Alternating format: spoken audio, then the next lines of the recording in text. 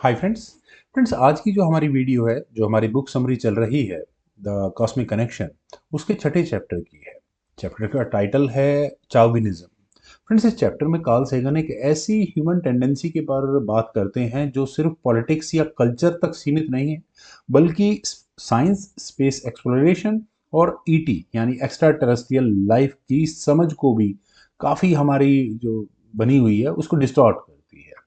और इसी टेंडेंसी को सेगन यहाँ चाविनिज्म का टाइटल देते हैं। अब चाविनिज्म है क्या? सेगन के अनुसार चाविनिज्म का मतलब है ये मान लेना कि हमारी स्पीसीज, हमारी सिविलाइजेशन, हमारा ग्रह और हमारा कल्चर सुपीरियर है।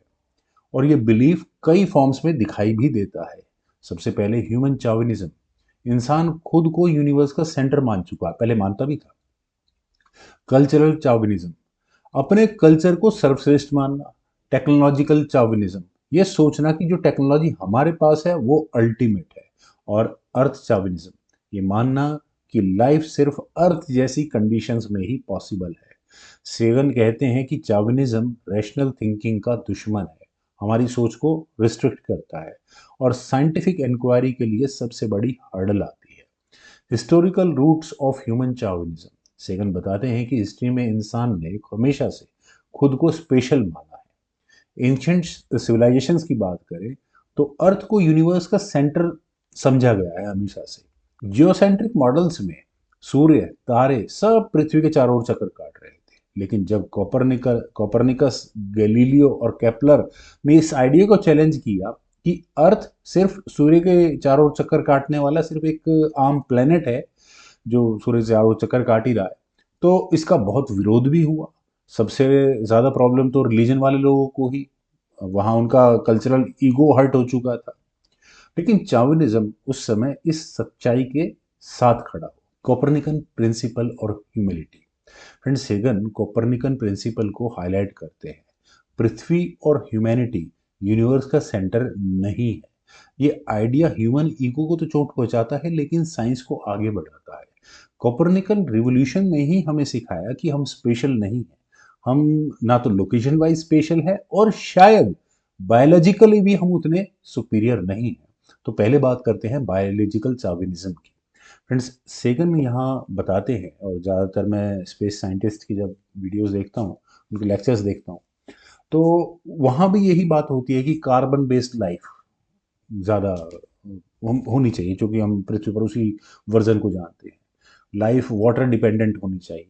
लाइफ अगर है तो वहाँ डीएनए और आरएनए मिलने चाहिए उनके सेल्स में। लेकिन ये एजम्पशंस पूरी तरह से अर्थ सेंट्रिक है।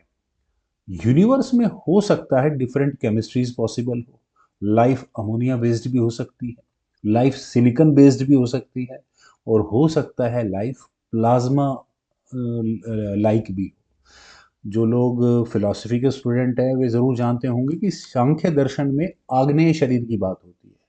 हम जो मतलब हमारी ह्यूमन बॉडी है, इसे पार्थिव शरीर मतलब पृथ्वी मृदा मिट्टी से बना हुआ शरीर है, पार्थिव शरीर इसीलिए बोलते हैं। तो आग्नेय शरीरों का भी वहाँ जिक्र आता है। इस तरह के काफ़ी अलग अलग different different form of life वहाँ पर बताए जाते हैं। खैर, चलते हैं अपने वापस इसी बुक पर। यानी हमें लाइफ दिख नहीं रही, इसका मतलब ये नहीं है कि वो वाली लाइफ एग्जिस्ट ही नहीं करती। ऑक्सीजन चाविनिज्म एंड एटमॉस्फेरिक बायस। पृथ्वी पर ऑक्सीजन हमारे लिए ज़रूरी है, ये बात हम मानते हैं। लेकिन यहाँ जो भी हिस्ट्री मतलब अर्थ की हिस्ट्री के बारे में जो ज़्यादा जानते हैं, तो शुरुआती अर्थ में लाइफ के लिए ऑक्सीजन उस समय जहर का काम करती थी। पृथ्वी पर एनएरोबिक लाइफ विचरती थी, मैं घूमती थी यहाँ पर। इससे हम हमें ये लेसन मिलता है कम से कम, जो एनवायरनमेंट हमारे लिए परफेक्ट है, हो सकता है वो किसी दूसरे के लिए डेडली हो। ईटी यानी extra terrestrial life methane rich atmosphere में भी हो सकती है, या हो सकता है वो हाइड्रोजन क्लाउड्स में भी एग्जिस्ट करती हो। अब बात करते हैं साइज चार्विनिज्म की। आपने जितनी भी एलियन पिक्चर्स देखी होंगी, पता नहीं क्यों उनका साइज, हाइट इंसानों के आसपास ही होती है। और कई ज़्यादातर में तो जैसे एवेंजर मूवी सीरीज है, उसके अंदर वो इंसान मतलब वो इंसान ही क्या, वो तो यूरोपियन इंसान दिखाए गए हैं। हम इंसान अक्सर यही सोचते हैं कि जो इंटेलिजेंट लाइफ है वो हो सकता है ह्यूमन साइज्ड ऑर्गेनिज्म में ही सर्वाइव करती हो। लेकिन सेगन यहाँ कहते हैं कि इंटेलिजेंस साइज से उसका कोई लेना देना नहीं है। सिंपल एग्जाम्पल हम पृथ्वी पर ही देख सकते हैं, ऑलरेडी जो एग्जिस्टिंग लाइफ है। हम चींटियों को देखें, बहुत कॉम्प्लेक्स सोसाइटीज वे बना लेती हैं। वहीं वेल्स को देखें, उनका साइज कितना बड़ा है और बहुत इंटेलिजेंट भी होती है।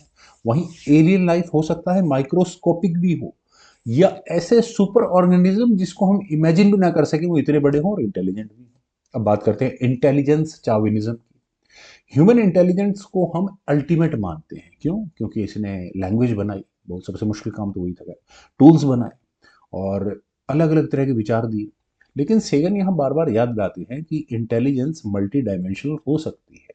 जैसे कि हम दोबारा पृथ्वी का एग्जाम्पल लेते हैं, ऑक्टोपस सही मायनों में इंटेलिजेंट है। ऑक्टोपस बोतल का ढक्कन खोल सकता है वो अपने बुद्धि से ही। डॉल्फिन आपस में कम्युनिकेट करती है, और मधुमक्खियाँ, उनका नेविगेशन देख लीजिए। इसी तरह से एलियन इंटेलिजेंस भी हो सकता है बिल्कुल कंप्लीटली डिफरेंट एलियन फॉर्म ले सकती है।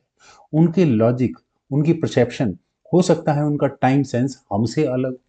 अब बात करते हैं टेक्नोलॉजिकल चाविनिज्म की। सेगन यहाँ हमें वॉर्न करते हैं एक तरह से कि हम ये मान के चलते हैं कि एलियन सिविलाइजेशन हमारी जैसी टेक्नोलॉजी यूज़ करेंगी। वो जो उनका इंडिपेंडेंस डे फिल्म आई थी काफ़ी समय पहले, उसमें लगभग वो स्पेसशिप लेकर आ रहे हैं और उसी तरह से उनके पास भी एरोप्लेन्स हैं और उनमें से कुछ लेज़र लाइट निकल रही है। तो हमारी जैसी टेक्नोलॉजी हम मान के चल रहे हैं उनके पास है। लेकिन सच्चाई क्या हो सकता है? एडवांस सिविलाइजेशन ऐसा हो सकता है कि वे रेडियो कम्युनिकेशंस छोड़ चुकी हो सकता है वो कम्युनिकेशन के लिए हायर मेथड्स यूज़ करती हूँ, लेजर्स का यूज़ करती हूँ, न्यूट्रोनोज का यूज़ करती हूँ, या हो सकता है ग्रेविटेशनल वेव्स का यूज़ कर रही हूँ। अब सेटी में यानी search for extra terrestrial intelligence में हम सिर्फ रेडियल सिग्नल ही ढूंढते रहते हैं, और यूनिवर्स हो सकता है कि लेजर सिग्नल भेज रहा हो, तो हम कहाँ ढूंढ पाएंगे उस सिटी को। अब बात करते हैं टाइम चावनिज्म की।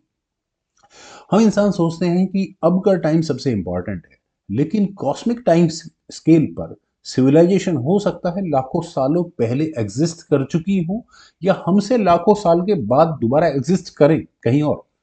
तो सेगन कहते हैं कि दो सिविलाइजेशन का सेम टाइम पर ओवरलैप करना हो सकता है बहुत कम, अनलेस अनटिल एक सिविलाइजेशन अपने आप को खत्म ना कर ले। अब बात करते हैं मॉरल चावनिज्म की। ये चैप्टर का बहुत ही सेंसिटिव पार्ट है, लेकिन पावरफुल हिस्सा भी है। हम इंसान ये मानकर चलते हैं कि हम मॉरली सुपीरियर है, लेकिन ऐसा बिल्कुल भी नहीं है। अब अपने आप से पूछिए, क्या हम सच में मॉरल है?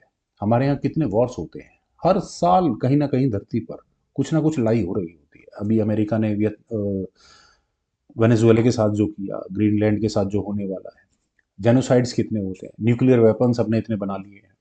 एलियन सिविलाइजेशन हो सकता है, अगर वे सरवाइव कर चुकी हो, मतलब सेल्फ डिस्ट्रक्शन में न फंसी हो, तो वॉलियंस से आगे निकल चुकी। नेशनलिज्म और चाविनिज्म, फ्रेंड्स, सेगन यहाँ नेशनलिज्म को भी एक ट्राइबल चाविनिज्म कहते हैं। फ्लैग्स, बॉर्डर्स, आइडियोलॉजीज, लेकिन अगर अर्थ से हम पृथ्वी को देखते हैं तो वहाँ कोई बॉर्डर्स नज़र नहीं आते। अपोलो मिशन का सबसे बड़ा इफेक्ट ही सेगन बताते हैं कि अर्थ एक बहुत ही फ्रेजाइल ब्लू डॉट जैसा नजर आता है। कॉस्मिक पर्सपेक्टिव का क्योर, सेगन का क्लियर सॉल्यूशन है कॉस्मिक पर्सपेक्टिव। जब हम पृथ्वी को स्पेस से देखते हैं, गैलेक्सीज के लेवल पर समझते हैं, तो हमारा ईगो श्रिंक हो जाता है और हमारे अंदर ह्यूमिलिटी ग्रो करती है। चाविनिज्म और डर, सेगन बताते हैं कि चाविनिज्म अक्सर डर से पैदा होता है। किस चीज़ का डर? एक अनजाने खतरे का, कुछ अलग होने का, एलियंस का, एलियन लाइफ का डर। ये कहाँ से निकला? मूवीज से, मिथ से, इन्वेजन फैंटेसीज से।